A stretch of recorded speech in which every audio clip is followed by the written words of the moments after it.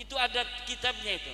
Orang Jawa kalau dia itu pergi haji bayarnya lebih dari yang seharusnya. Kenapa? Kaya raya kita itu.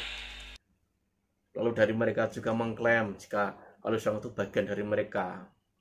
Itu lucu-lucuan saja itu.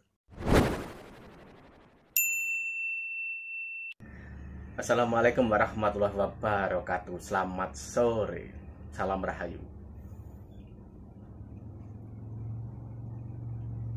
Awal mula perihal nasab ini itu disebabkan apa? Oleh kelakuan mereka sendiri. Bahkan sampai bergeser kepada hal Wali Songo. Bahkan Wali Songo diklaim itu bagian dari mereka. Itu sebenarnya kan baru saja. Dari dulu pun nggak ada itu. Kalau kita perhatikan ya, ada oknum Habib saat dia di persidangan dipegang kepalanya, padahal itu yang didatangkan itu siapa? Kalau nggak salah itu seorang dokter atau apalah. Dia nggak mau gitu loh. Padahal itu kan bagian dari persidangan. Nggak tahu alasannya apa. Padahal di budaya mereka itu megang kepala itu hal biasa. Kenapa nggak mau? Nah itu dia. Kalau kita mempelajari dogma mereka yang ditulis oleh salah satu pendiri Rabithah Alawiyah, itu jelas. Kalau dipegang oleh mereka, sesama mereka nggak apa-apa. Tetapi kalau dipegang orang mungkin dianggap itu merendahkan. Padahal saya yakin yang megang itu tidak punya niat seperti itu. Profesional gitu loh, itu kan di persidangan. Kalau kalian menemukan dogma-dogma mereka, miris gitu. Makanya itu mereka karakternya, jiwanya itu seperti ya dogma itu. Merasa lebih daripada orang lain. Itu udah salah loh padahal. Itu tadi, apakah itu Kanjeng Nabi? Padahal kalau kita mempelajari soal Kanjeng Nabi itu, orangnya rendah hati. Orangnya kalau jalan itu banyak menunduk, tidak membusungkan dada, tidak seperti itu. Kanjeng Nabi saja ya, diludahin orang, dilempar batu, dia diam saja. Dia tidak mukul balik, tidak. Nah ini ada orang yang sangat sombong dengan ngaku putra Nabi di persidangan, padahal hanya dipegang, nggak tahu udah megang atau belum itu. Dia wah. Nah itu, Anda compare dengan tingkah lakunya Kanjeng Nabi. Anda bukalah kitab-kitab lama, buku-buku lama, itu udah jelas. Beda dan sangat beda. Lalu dari mereka juga mengklaim jika Wali Songo itu bagian dari mereka. Itu lucu-lucuan saja itu. Padahal di kitab, di manuskrip, itu banyak sekali. Jelas-jelas bukan dan beda gitu loh. Wali Songo itu bukan mereka. Wali Songo itu jelas zuriat Nabi, sedangkan mereka itu. Anda tahu sendiri kan. Ini dia videonya dari Kiai Maududin. Assalamualaikum warahmatullahi wabarakatuh. Sayyidina Al-Mukarram Mas Syarif Kiai Haji Maududin. Ini yang bertanya ya. Ini sulapan dari alam gaib. Kami mempermasalahkan beberapa masalah yang kami belum tahu sebelumnya. Satu, bahwa di Jawa ini pengembangan agama Islam disebarkan oleh Ittifaqul Ulama Wali Songo. Padahal Wali Songo itu secara geografis kan tidak bersamaan. Siapakah yang menemukan Wali Songo? Lalu ada Wali 10 dan 11 atau tidak? Kemudian yang kedua, tentang konsep Ba'alawi yang kita mantap dari ceramah beliau bahwa Ba'alawi adalah keturunan Yahudi. Itu berarti menempatkan sesuatu pada tempatnya, di mana kita juga punya tokoh Ba'alawi, tokoh Yahudi bukan Ba'alawi, tokoh Yahudi yang hebat, yaitu Abdullah bin Salam yang pada waktu itu Abdullah bin Sabah yang pada waktu itu langsung menjadi pengikut Rasulullah Shallallahu Alaihi Wasallam, yang sehingga asumsi kita terhadap habaib setelah kita tahu bahwa mereka bukan dzurriyyah Rasul tapi mengaku, kita tidak mau diikut-ikutkan. Kalau toh kita berbicara man idda'a nasaban ila ghairi abi falyatabawa maq'adahu minan nar, itu kan urusan yang mengaku. Nah sekarang kita hari ini telah tahu bahwa mereka itu bukan dzurriyyah Rasul, namun kita masih mempercayai akidah mereka secara garis besar sesuai ajaran-ajaran mereka yang ada dalam Rotibul Haddad dan rotib-rotib yang lain, yang banyak dari rotib yang menjadi rutinitas dari orang-orang ahli sunnah wal jamaah Nahdlatul Ulama khususnya adalah hasil karya para habaib. Barangkali itu saja dulu dua pertanyaan yang bisa kami majukan. Nah, sikap terhadap habaib pada habaibnya. Kalau amaliyahnya kita kan ngerti maknanya, mana nih api-api nih kalau gitu. Oke, karena rada gak apik ngoten nggih. Kita hindari, tapi habaib yang hari ini telah memarasuki perasaan kolbu Nahdlatul Ulama sehingga mereka ada pergeseran pandangan. Mereka lebih mengkesampingkan kiai-kiai Nahdlatul Ulama pada haflah-haflah mereka, sementara haflah Nahdlatul Ulama didominasi oleh para habaib yang sementara kita orang yang pribumi ini menjadi penyandang dana. Kita mengumpulkan dana sebanyak mungkin, setelah terkumpul untuk memberikan sajian kepada mereka, dan padahal kita bukan meyakini keaslian mereka dari dzurriyyah Rasul. Padahal yang kita takutkan kalau kita nggak percaya kepada dzurriyyah Rasul, dengan ancaman itu kita akan jauh dari syafaatnya. Nah, sekarang ketakutan dari menerima syafaat dari Rasul hari ini telah betul-betul menghantui warga Nahdien yang belum paham tentang nama dan kedudukan habaib pada masa-masa hari ini. Barangkali demikian. Assalamualaikum warahmatullahi wabarakatuh.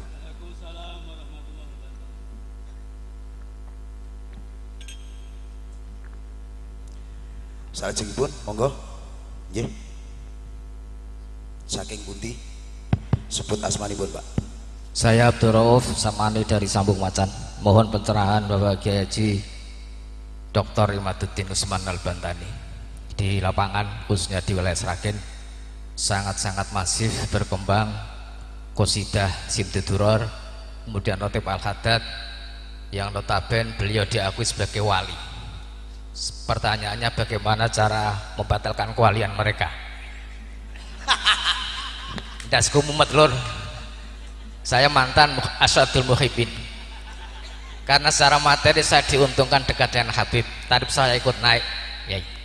Kemudian yang kedua, ketika kita memisahkan diri dari mereka, nggak bahaya tak buat kita. Maka matur suwun. Terima kasih. Luar biasa ini. Sragen, Semarang, Ngawi. Ini dari Ngawi ini langsung yang datang ini ketua PCNU Ngawi ya, ya. Suriah PCNU Ngawi, Suriahnya langsung, Masya Allah. Pimpinan tertinggi NU Kabupaten Ngawi.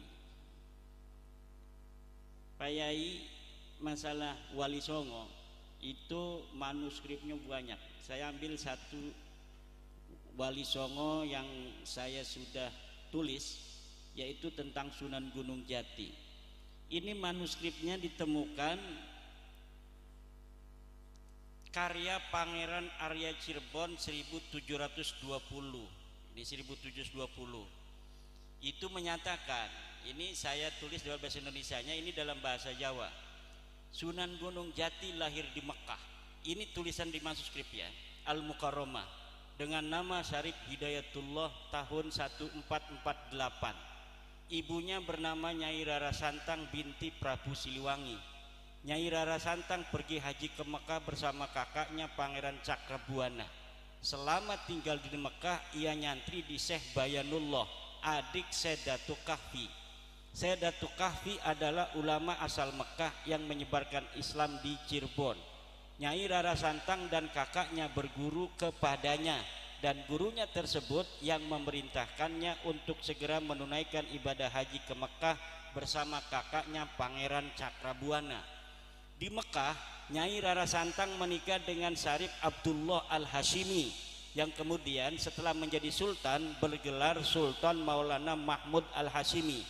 Ia menguasai wilayah Bani Ismail di Mesir dan Bani Israel di Palestina. Nyai Rara Santang kemudian mendapat nama baru Syarifah Mudaim dan tinggal di Mesir bersama suami dan anaknya. Jadi tidak ada Yaman-Yamanan itu. Dalam berita yang ditulis oleh orang Cirebon tahun 1700 sendiri, itu Syekh Sunan Gunung Jati Syarif Hidayatullah ada bapaknya orang Mesir, lahirnya di Mekah Al-Mukarramah. Ketika berumur 20 tahun, Syarif Hidayatullah pergi ke Mekah dan nyantri di ulama-ulama Mekah. Setelah itu ia pergi ke Nusantara. Ia mampir di Gujarat, lalu ke kerajaan Samudra Pasai. Di Pasai ia nyantri di Sayyid Maulana Ishak, bapak Sunan Giri. Dari Pasai ia berlayar menuju Banten. Dari Banten kemudian menuju Surabaya untuk nyantri di Sunan Ampel.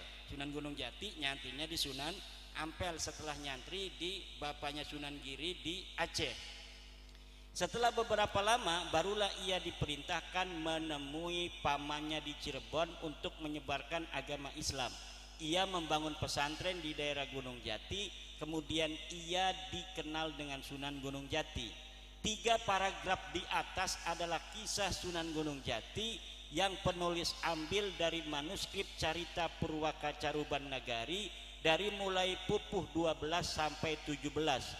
Manuskrip Carita Purwaka Caruban Nagari adalah sebuah kitab yang ditulis Pangeran Arya Cirebon tahun 1720. Manuskrip itu tercantum salah satu versi silsilah Sunan Gunung Jati. Nah, silsilah Sunan Gunung Jati sendiri ini sudah ditemukan manuskripnya. Ada manuskrip Bangkalan 1624. Ini yang tertua sementara yang ditemukan di Bangkalan, manuskrip tentang silsilah Sunan Gunung Jati ke Syekh Jumadil Kubro. Kemudian yang kedua manuskrip Tapal Kuda tahun 1650. Kemudian mengatakan juga bahwa Sunan Gunung Jati adalah keturunan Syekh Jumadil Kubro. Kemudian manuskrip Pamekasan tahun 1700. Manuskrip Syekh Hasan Muhyi 1787. Asal usul Kesultanan Cirebon 1809. Tinjauan kritis sejarah Banten 1913. Kemudian ada lagi kemarin dari Pangeran Qodiran Patih Kesultanan Cirebon, saya mendapatkan stempel-stempel keluarga-keluarga Keraton Kanoman yang distempel oleh kerajaan Belanda. Kemudian setelah negara Indonesia terbentuk oleh negara Indonesia, itu silsilahnya juga ke Musa Al-Kadzim. Nah, siapa yang menemukan para wali songo itu? Ya, yang menemukan manuskrip-manuskrip ini. Kita nggak tahu yang menemukan siapa. Kalau saya kan di Sragen ini yang menemukan Kiai Rihad. Tapi waktu itu saya belum tahu karena manuskrip yang kita temukan menyebutkan beliau adalah lahir di Mekah Al-Mukarramah. Jadi orang-orang kita di sini dulu, contohnya di sini, Pangeran Cakrabuana asli orang Cirebon, itu sudah pergi haji pada abad ke-15. Tahun 2024 kita pengurus MNC banyak yang belum pergi haji, banyak ngerokok melulu. Lah orang-orang kita itu sudah pergi haji pada abad 15 dengan kendaraan pesawat yang tidak seperti sekarang. Dulu masih adanya kapal air. Kapal air pun itu tidak bisa langsung dari Jawa langsung ke Mekah, tapi itu ganti-ganti kapal. Tidak satu kapal langsung ke Mekah, enggak. Dari Banten ke Aceh. Itu kita ngeteng.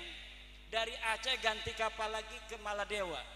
Dari Maladewa ganti kapal lagi angkutan Maladewa Gujarat. Dari Gujarat mampir lagi nanti di Yulamlam di Jeddah. Dari Jeddah jalan naik onta.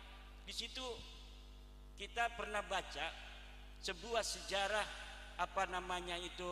perjalanan haji. orang-orang Jawa pada zaman dulu itu kalau bayar onta lebih dari yang seharusnya. Karena dulu itu setiap orang bayar onta itu ada bayar untuk tukang onta dan ada bayar langsung untuk raja. Jadi pajaknya langsung. Misalnya ini Rp1.000 untuk tukang onta, Rp2.000 untuk raja. Itu jadi pajaknya itu dipungut per orang untuk raja itu dulu. Kan raja keren, nggak usah atas nama raja, udah pokoknya bayar haji sekian, itu pajaknya yang ngaturkan pemerintah, tidak langsung atas nama raja. Kalau dulu yang ngatur diaturnya, ini buat tukang delman, ini buat raja, ini buat onta, ini buat raja. Jadi bayarnya 2 kali lipat, 1 buat kendaraannya, 1 buat rajanya. Itu ada kitabnya itu. Orang Jawa kalau dia itu pergi haji, bayarnya lebih dari yang seharusnya. Kenapa? Kaya raya kita itu. Orang yang pergi haji itu kaya raya. Nulis kitab, 1 kitab aja kalau mau mondok. Dulu orang mondok itu nggak bisa orang miskin. Kenapa? Mahal kitabnya. Kitabnya nggak ada di percetakan. Kitabnya itu harus nulis dulu. Misalnya ada kiai tukang nulis saja kerjanya. Itu kita bayar. Anak saya mau mondok kepada Kiai Joko Tingkir. Kitabnya kitab Fathul Mu'in. Berapa Pak Kiai? 50 juta. Itu bayar 50 juta, nanti dibikinin sama kiai kampung tuh, kemudian baru kitabnya jadi, mondok ke Joko Tingkir. Dulu raja-raja, anak raja-raja di Jawa Barat, di Banten itu mondoknya pada Joko Tingkir. Orang Solo Raya. Jadi ilmu Banten tuh ilmu Solo Raya. Ada seorang raja di Sumedang Larang, Prabu Gesanulun, seorang Sayyid Ja'far namanya aslinya. Itu mondoknya di Joko Tingkir ketemu dengan anak daripada Raja Demak, mondok juga perempuan, cinlok, cinta lokasi, tapi kasih tak sampai karena ini harus jadi raja di Sumedang, akhirnya dikawinin dengan orang Sumedang. Nah ini dikawinin dengan Raja Cirebon, Girilaya tadi tuh, yang juga punya istri anak Raja Mataram. Kemudian pas jadi raja Sumedang kan soan tuh ke Cirebon, ketemu sama itu tuh, sama mantan dia waktu pesantren itu sampai sekarang ada novelnya itu, ada novel kisah cinta Nyai Harisbaya judulnya itu. Lah itu kemudian cinta bersemi kembali ketika ada raja datang ke Cirebon, wah kamu sekarang jadi istrinya Sultan Girilaya. Sultan Girilaya? Iya katanya. Gimana? Katanya istrinya kebanyakan, saya nggak digilir-gilir katanya. Akhirnya kemudian ama anak buah Prabu Gesan Ulun ini itu diculik. Istrinya itu diculik tuh, istrinya Sultan. Marah Sultan, kurang ajar ini. Istri saya diculik ini. Kenapa? Dia nangis katanya, nggak digilir-gilir begitu. Akhirnya kata Sultan, udah saya cerai, tapi nanti kawin ya. Iya dikawin. Apa ininya mas kawinnya? 1 kabupaten Majalengka. 1 kabupaten Majalengka milik Sumedang kemudian diberikan kepada Cirebon. Itu kisah, wallahualam benar tidaknya, tetapi tulisannya ada begitu. Ditulis dalam manuskrip kisah mondoknya orang-orang Jawa Barat ke Solo Raya ini. Jadi kalau sekarang saya ngajar ini ilmunya Solo Raya dibawa lagi ke Solo Raya. Kenapa? Karena Gesanulun riwayatnya kakek saya. Makanya itu saya baca novelnya, kurang ajar dibikin novel segala, malu-maluin. Itu orang sampai kisah para wali dibikin novel kisah cintanya itu. Karena kan itu dramatis sekali kan. Orang mondok bareng, kemudian cinta lokasi, kemudian ini dikawinin karena anak raja harus kawinin anak raja lagi, ini dikawinin dengan raja lagi, akhirnya ketemu sudah sama-sama punya pasangan, akhirnya cinta bersemi kembali. Itu akhirnya ada novelnya itu. Kata saya ini jangan dibaca, haram ini hukumnya. Kenapa? Ya kita nggak enak ceritanya leluhur sendiri dibaca sendiri. Ya itu Kiai Ngawi ya. Ini jadi kita kalau siapa yang menemukan Wali Songo, ya kita menemukannya dari manuskrip. Bahkan Sunan Giri itu manuskripnya itu masih tahun 1500. tentang Sunan Giri itu manuskripnya masih tahun 1500. Jadi manuskrip itu Pak, semakin tua itu semakin bisa dipercaya. Apalagi kalau manuskrip itu ditulis oleh orangnya. Dan ini kita lagi cari, belum menemukan Sunan Gunung Jati menulis kitab, kemudian kitabnya ada silsilah misalnya, ada sejarahnya, kemudian sampai sekarang ini belum ditemukan. Yang kita temukan baru 1624, itu pun bukan dari Cirebon tapi dari Bangkalan. Jadi mungkin dari Bangkalan ini orangnya rajin menulis bahwa saya ketemu Sunan Gunung Jati, dia adalah keturunan Syekh Jumadil Kubro, orang dilahirkan di Mekah, kemudian dia itu bapaknya orang Mesir, kemudian disimpannya rapi. Ini orang Madura, itu orang yang rajin nyimpen manuskrip. Alhamdulillah banyak dari Madura yang sekarang dibongkar. Nasab-nasab, manuskrip tentang nasab maksudnya itu banyak ditemukan di Pamekasan, di Bangkalan, baik mengenai Sunan Giri, Sunan Ampel maupun Sunan Gunung Jati yang begitu jauh, itu ditemukannya sampai di Bangkalan, sampai di Tapal Kuda. Alhamdulillah. Esake itu apa ya? Ya masih ada orang yang menyimpan itu. Kalau tidak ada pembanding. Tahun 1984 Baklawi mengklaim Sunan Gunung Jati itu adalah Baklawi. Itu tahun baru 1984. Dia nulis kitab namanya Samsul Dohiro, yang nulis namanya Alwi bin Tohir, mensarahi menghamisi Muhammadiyah apa Ali bin Tohir, menghamisi kitab Samsul Dohiro karangan orang Yaman. Dikasih footnote, di footnote itu disebutkan seluruh wali songo keturunan Ba'alwi. Tahun berapa? 1984, baru beberapa puluh tahun yang lalu. Sebelumnya seperti kita lihat dalam manuskrip Bangkalan 1624, dia Syekh Jumadil Kubro. Syekh Jumadil Kubro itu siapa? Musa Al-Kadzim. Kalau Sunan Ngampel Sunan Giri itu ke Al-Jailani, turunan Syekh Abdul Qadir Al-Jailani. Kenapa orang Indonesia ini kebanyakan baca manaqib Syekh Abdul Qadir Jailani dari dulu? Kenapa hadaratnya wa ila hadrati sultanil auliya Syekh Abdul Qadir Jailani? Karena banyak dari orang Indonesia ini keturunan Syekh Abdul Qadir Jailani.